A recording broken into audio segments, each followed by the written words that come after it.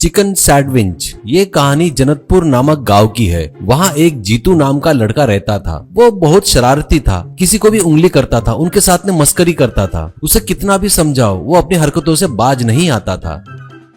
एक बार उसके पास गांव का प्रेसिडेंट आया और जीतू से बोला। लाला जीतू को समझाता है, तू अभी बच्चा नहीं है, तू अपनी हरकतों से बाज आ जा, ये शरारत मस्करी करना छोड़ दे, कुछ काम धंधा कर, सुधर जा, यही तुझे आखिरी चांस देता हूँ। तू मेरे दोस्त का लड़का है, इसलिए तुझे प्यार से समझा रहा हूँ, नहीं तो देख क्या करता हूँ मैं। तब जीतू कहता है, क्या प्रेसिडेंट अंकल, ऐसे डांटते हुए बड़े प्यारे लग रहे हो। घर में आंटी ने गरम कर लिया क्या? आप पूरा गुस्सा मुझ पर निकाल रहे हो। लाला, बेवकूफ, अभी तक इतना समझाने के बाद भी तू नहीं सुधरने वाला है ना? तू बिल्कुल नहीं सुधरेगा, तेरी जिंदगी झंड है। ऐसा बोलकर वहाँ से चला गया। ऐसे ही कुछ दिन बीत गए। जीतू एक धंधा शुरू करता है। वो चिकन सैंडविच का धंधा शुरू करता है।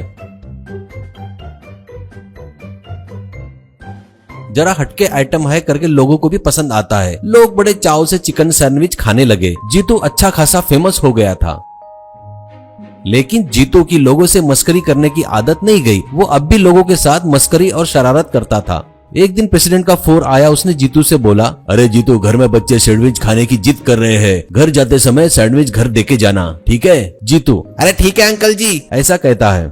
जीतू अपनी दुकान बंद करके घर जाते वक्त प्रेसिडेंट के यहाँ एक थैली देता है। अब प्रेसिडेंट सैंडविच खाएंगे सोचकर थैले में रखा बॉक्स निकालते हैं और बॉक्स का ढक्कन खोलते हैं, पर बॉक्स में गरम गरम कोयला रखा था। इससे प्रेसिडेंट के हाथ जल गए। घर वाले भी चौंक जाते हैं और ये कैसी हरकतें बोलते हैं। लाला गुस्से में लाल हो गया। अबे पागल, मार डालेगा क्या? सैंडविच मांगा तो कोयला लेके आए गरम गरम, दिमाग खराब है क्या तेरा? तब जीतू, अरे सैंडविच खत्म हो गए, तुमने बोला था इसलिए कुछ तो लाके देना था ना, सो गरम गरम कोयला लेकर आ गया, तुम्हारे लिए यही ठीक लगा मुझे। ये सुन गुस्से में लाला मारने के लिए दौड़ा। ये देख जीतू वहां से भाग गया। अभी भी जीतू सुधरा नहीं था। अब वो अपने कस्टमर्स के साथ भी ऐसी शरारतें करने लगा।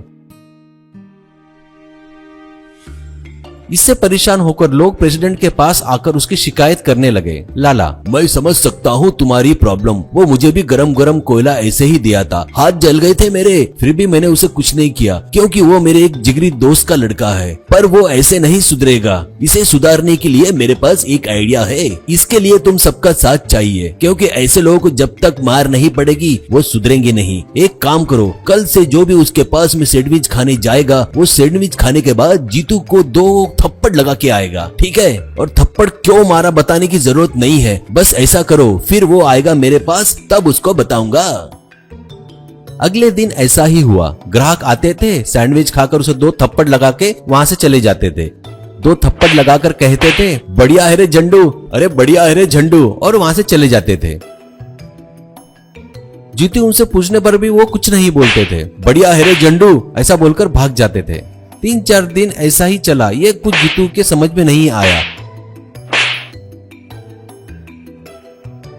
वो प्रेसिडेंट के यहाँ जाकर ये सारी कहानी उन्हें बताने लगा। लाला, बस इतनी सी बात। वो हुआ ये कि तेरी बचकानी हरकतें देख के लोगों को भी अपने बचपन की याद आ गई और गांव में डॉक्टर आया है, उसने भी लोगों से ये कहा, बचपन की हसरत कुछ बची है तो वहाँ जाके निकालो, इसलिए लोग तेरे पास अपनी हसरत पूरी करने आ रहे हैं। अरे एक बात बताता हूँ सुन, वो महेश है ना जो क्रिकेट अच्छा खेलता है, उस दिन तो वो मेरे पास आया था। उसकी तो इच्छा ये है कि गरम गरम तेल में तेरे हाथ डालकर फिर तेरा हाथ बर्फ के बक्से में रखना। उसकी इच्छा सुनकर तो मुझे बड़ी हंसी आई यार। 1 साल रुक जा, सहन कर ले, गांव वाले की हसरत इच्छा ही पूरी हो जाएगी। जीतू, क्या अंकल, आप इंसानी हो ना? मेरे हाथ पर गरम तेल डालना और उसको बर्फ के बक्से में रखना आपको अच्छा लगता है क्या? ऐसा करो, मुझे ही बर्फ के बक्से में सुला दो हमेशा के लिए। जीतू रोते हुए, तुम सब मिलकर मेरे साथ में खेल खेल रहे हो ना? रुको, कल से मैं इस गाँव में दिखा तो बोलो मेरे को। ऐसा बोलकर वो वहाँ से चला गया।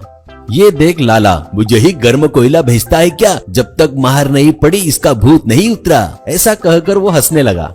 उसी दिन रात में बगैर किसी को बताए जीतू दूसरे गांव में चला गया।